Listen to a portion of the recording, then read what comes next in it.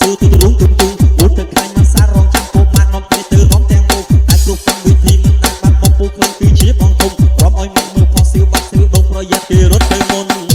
ប៉ារ៉ាំប៉ាំប៉ាំប៉ាំពុកចេះរត់អត់ចាំសងប៉ុន្តែឃើញនៅថ្មមកពួកឯងក៏រត់អីលឿនម្លេះប៉ារ៉ាំប៉ាំប៉ាំប៉ាំសេរីរត់លឿនម្លេះមករំដល់ពេលនេះប្រហែលកូនមួយកូនពីរអស់ហើយមិននិយាយម៉េចតែចង់ដល់ស្ទៀវមួយពូចង់និយាយថាអេបងជំនាន់ហ្នឹងចង់និយាយចឹងចង់និយាយថាខ្ញុំតែខាងណាកុំអត់ខ្ញុំដាក់ផ្លូវចាស់ស្ទៀវមកស្រីចាស់រំធំបាក់បាត់ពេញមកវត្តអូនមិនស្ទើរណាចាប់បងតានៅហេតុតែមាត់និយាយសេះហោះក្នុងមាត់ជិះតតាអស់លុយស៊ីអីបងតែខាងណាខ្លាំងណាបងរំពាក់ខ្លះគេចាក់បាត់ញាក់បងចាក់រំវងអត់ខ្វល់បងតែខាងណា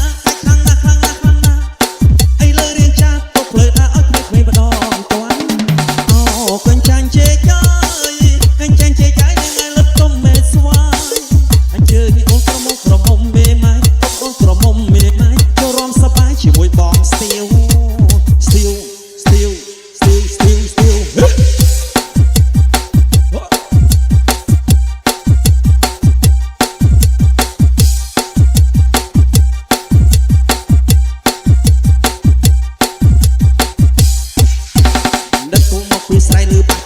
ស៊ូទៅរួមទុំទុំអូទៅខ្លាញ់មកសាររងចាំពុកម៉ាក់នំពេលទៅរំទាំងពុកតែគ្រប់កម្មវិធីមិនដែលបាត់មុខពុកគឺជាបងធំរំឲ្យមើលផុសស៊ីវបាត់ស៊ីវដងប្រយ័ត្នគេរត់ទៅមុនប៉ារ៉ាំប៉ាំប៉ាំប៉ាំពូចេះរត់អត់ចាំសងប៉ុន្តែឃើញនៅថ្មមកពូឯងក៏រត់អីលឿនម្លេះប៉ារ៉ាំប៉ាំប៉ាំប៉ាំសេរីចាស់រត់លឿនម្លេះមករំដល់ពេលនេះប្រហែលកូនមួយកូនពីរអស់ហើយ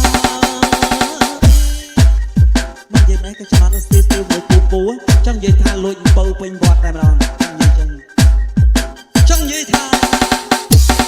ខ្ញុំតែខាងណាកុំឲ្យខ្ញុំដាក់ផ្លូវចាស់